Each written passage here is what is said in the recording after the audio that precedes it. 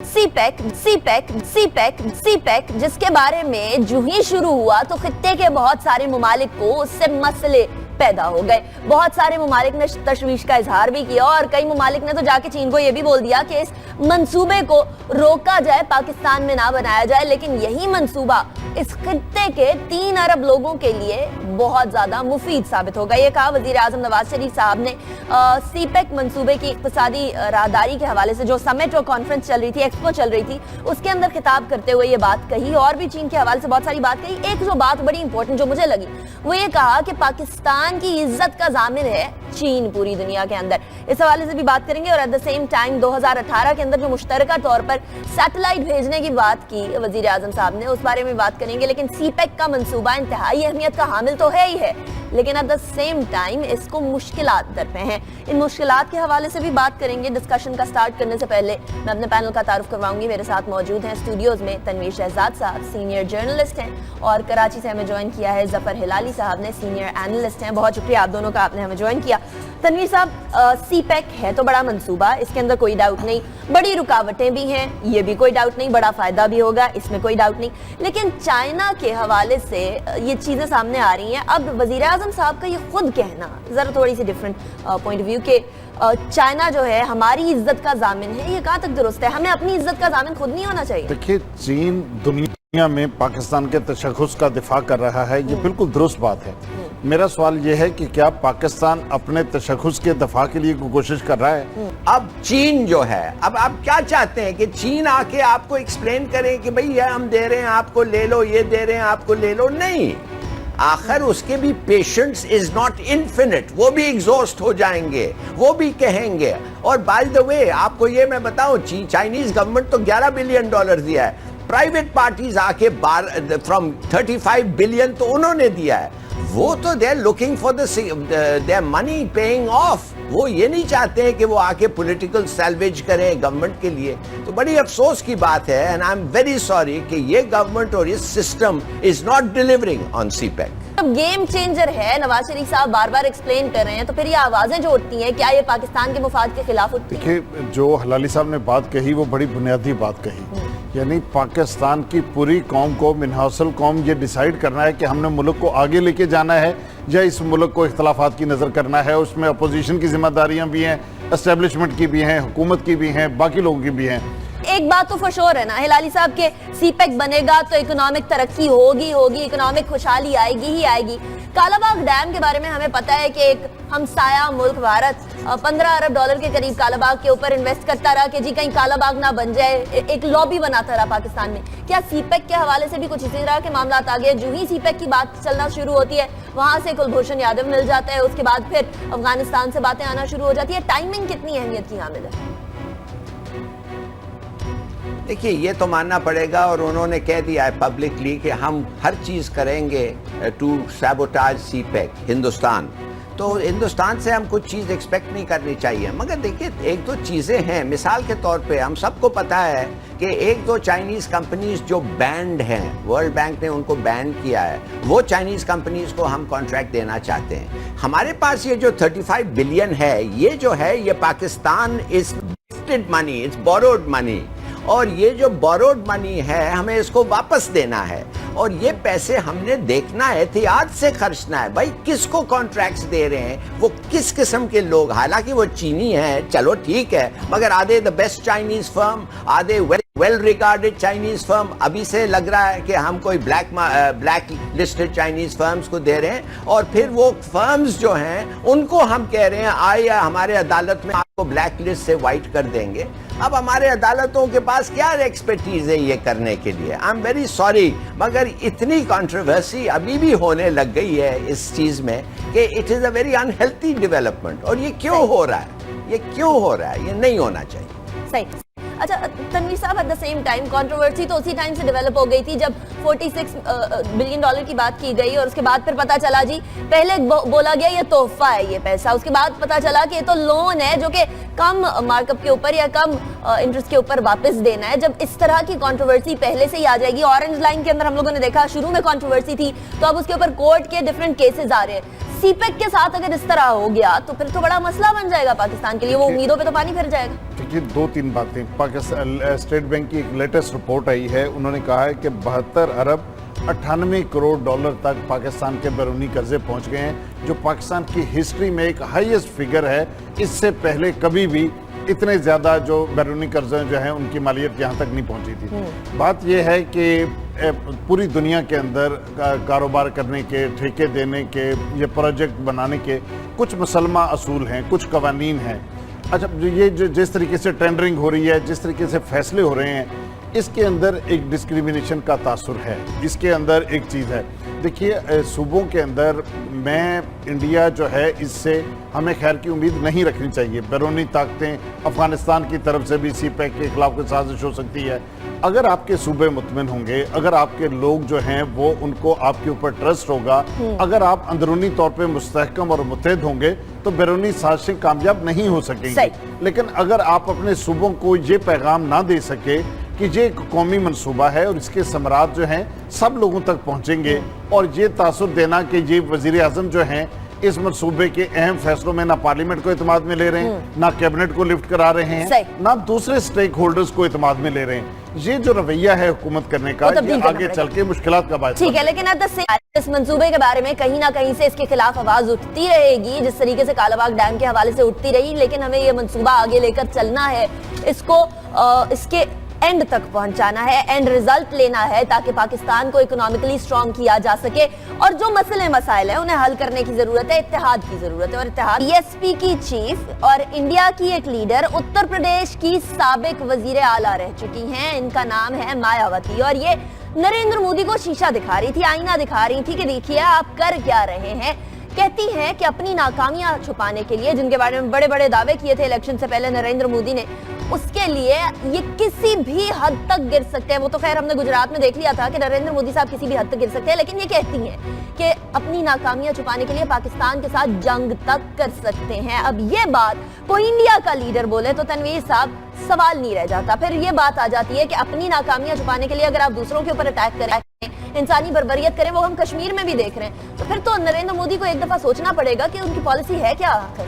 देखिए यूपी में या उत्तर प्रदेश में इंतखाबात होने जा रहे हैं। यूपी जो है भारत की सबसे बड़ी रियासत है, 20 करोड़ लोग हैं, ब्राज़ील के बराबर जो है ये इसको कहा जाता है। मायावती इसकी पहले भी चीफ मिनिस्टर रही हैं, वहाँ पे कांग्रेस का बुरा हाल है, वो तो मुकाबले में ना होने के बराबर है। बीजेपी की पोजीशन कमज़ोर है और सबसे बड़े थ्रेट के तौर पे मायावती इस रियासत के अंदर मोदी का मुकाबला कर रही हैं। मोदी जो है ना उनसे कश्मीर संभाला जा रहा है, ना इक्तिसादी तरक्की के दावे उनके पूरे हो सके हैं, और वहाँ पे जो अकलीतों के साथ, चूँकि ये ऐसा सूबा है यूपी जहाँ पे मुसलमानों की और छोटी ज़ात के भारतीयों की बहुत बड़ी तादाद मौजूद है, और वो ये कहना भी गलत नहीं होगा कि फैसला कुन मेजॉरिटी उनके पास है कि अगर वो एक तरफ हो जाएं तो वो एक फैसला कुन। और जो यूपी में जीता है, देखिए मायावती के बारे में विकी लीक्स में आया था कि ये वजीर आजम बनने के ख्वाब देख रही हैं, और इसके बारे में ये जिस तरह से मुकाबला वहाँ कर रही हैं, अब इसका ये कहना है कि मोदी के जीतने के इम्कानात कम हैं। सिर्फ 2 बातें मोदी को जिता सकती हैं, या तो पाकिस्तान के साथ ये जंग लगा देगा, या ये वहाँ पे फसादात शुरू करा देगा। गाय के मामले पे उसने बड़ा फसाद करके देख लिया है, उससे वो मामला नहीं हुआ। अब मोदी जो है वो जो जिस खदशे का इजहार किया है, मायावती ऐसी पॉलिटिशियन नहीं है कि उसकी बात को नजरअंदाज किया जाए, या उसका कोई क्रेडिबिलिटी का इशू इस मामले में। अगर वो कहती है, देखिए पहला सबूत तो आ गया है उसका, इंडिया ने पाकिस्तान पे इल्जाम लगाया है कि पाकिस्तान के एक 2 सीटर हेलीकॉप्टर ने इंटरनेशनल जो बॉर्डर है उसकी खिलाफ वर्जी की है, और थोड़ा सा उनका लहजा भी तब्दील हो रहा है। ये बहुत बड़ी बदकिस्मती होगी इस खित्ते की, जब सियासतदान छोटे छोटे पॉलिटिकल गेन के लिए बड़े बड़े जंगों के फैसले कर लें और लोगों की जिंदगियों से, लोगों के नाम से खेलें। हिलाली साहब, जिस तरह भारत का अभी रवैया चल रहा है, आने वाले वक्तों में भी हम देख रहे हैं कश्मीर का मसला, उसके ऊपर बड़ा डट रहे हैं वो लोग, गलत डट रहे हैं लेकिन डट रहे हैं। उसके अलावा फिर और अपने जितनी भी आज़ादी की तहरीकें उनको छोड़ के पाकिस्तान की तरफ मुंह कर रहे हैं। तो ये नरेंद्र मोदी साहब अभी इलेक्शंस में जीतने के लिए क्या इनके पास सिर्फ यही चारा रह गया? और अगर ये चारा है تو کیا انڈیا میں پاکستان کے خلاف اتنی ہی ہیٹ ہے کہ پاکستان کے خلاف جنگ کر کے کوئی الیکشنز جیت جائے گا؟ ہاں جی بالکل. اس کا تو آپ نے دیکھا کہ جب بنگلہ دیش گیا تھا اس نے کیا تقریر کیا.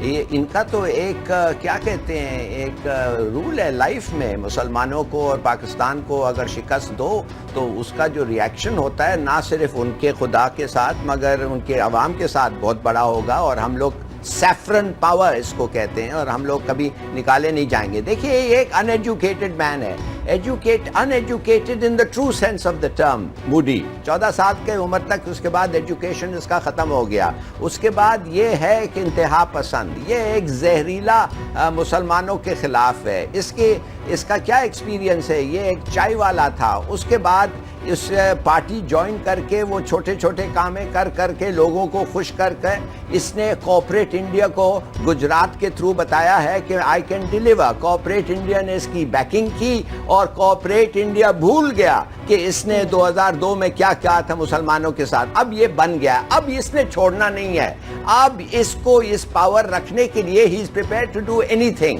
اور یہ مایاوتی نے سمجھ گئی ہے, وہ سمجھ گئی ہے, کہتی ہے کہ یہ سیفرن انڈیا کا, انتہا پسند انڈیا کا, ہم تو لوگوں انتہا پسندوں کو مارتے ہیں, ہندوستانیوں نے ان کو الیکٹ کیا ہے, اور یہ جو لوگ ہیں یہ کبھی نہیں چھوڑیں گے کرسی جب تک ان کو پاور, تو یہ کچھ کرنے کے تیار ہے. اور بالکل وہ صحیح کہہ رہی ہے. اور دیکھیے ہمارا جو ریاکشن ہے نا, یہ کہنا کہ آؤ بات کرو, it's all nonsense, it's not going to work.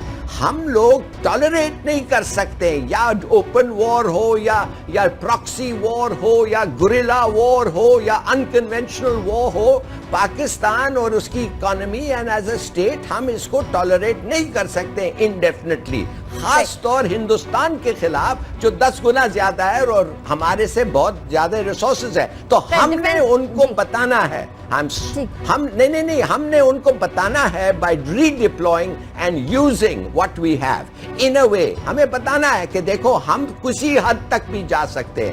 یہ پتہ نہیں یہ میسج اس کو آیا ہے کہ نہیں. وہ سمجھتا ہے پیسے کے افغانیوں کو خریدو اور ایم کیو ایم کو پیسے دو اور اس کو دو, ولی خان یہ اچکزائی کو, ان کو سمجھنا چاہیے کہ بھائی the consequences will be bad. ہمارے لیے بھی خراب ہوں گے مگر ان کے لیے اتنا ہی ڈیڈلی ہوگا. اور ہمارے تو وہ بیلسٹک میزائل سے ہی ڈر گئے ہیں کہ وہ تنویر صاحب آپ کو یاد ہوگا کہ وہ شارٹ رینج جو میزائلز ہیں ان سے وہ امریکہ سے کہلوا رہے ہیں, کبھی کہیں سے کروا رہے ہیں, کبھی کہیں سے کہلوا رہے ہیں, لیکن ایٹ دا سیم ٹائم دونوں طرف اسلحے کی بھرمار بھی ہے, دونوں طرف بہت زیادہ کولیٹرل ڈیمیج بھی ہوگا, اس میں کوئی شک کی بات نہیں ہے. لیکن کون سمجھائے نریندر مودی کو جو آر ایس ایس سے تعلق رکھتے ہیں, جو بڑے پراؤڈلی کہتے ہیں کہ جی بنگلہ دیش کی مکتی بانی کو مدد کرنے کے لیے میں نے بذات خود کام کیا تھا, پھر بلوچستان کی بات کرتے تھے, تو شرنگیز عناصر میں سے ایک ہیں.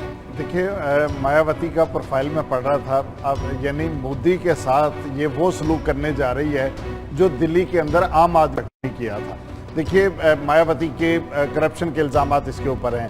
ایک مرتبہ انہوں نے جوتی خریدنی تھی تو انہوں نے ممبئی اپنا نجی طیارہ بھیجا جو جا کے سینڈل لے کے آیا مایاوتی کے لیے. ایک مرتبہ ان کے کھانا چکھنے کے لیے باقاعدہ ملازم رکھے ہوئے ہیں جو کھانا پکتا ہے وہ کرتے ہیں. یہ باتیں اس کی ذاتی بات, لیکن حقیقتاً یہ جو یو پی میں 5.5 کروڑ لوگ وہ ہیں جو $1 سے کم ایک دن میں کماتے ہیں اور گزر اوقات کر رہے ہیں. 3 لاکھ لوگ وہاں بھوکے سوتے ہیں. وہاں پہ مائنارٹیز کی حالت بری ہے. وہاں پہ فرقہ وارانہ فسادات جو ہیں وہ ایک پلان کے ساتھ مودی گورنمنٹ کرواتی رہی ہے.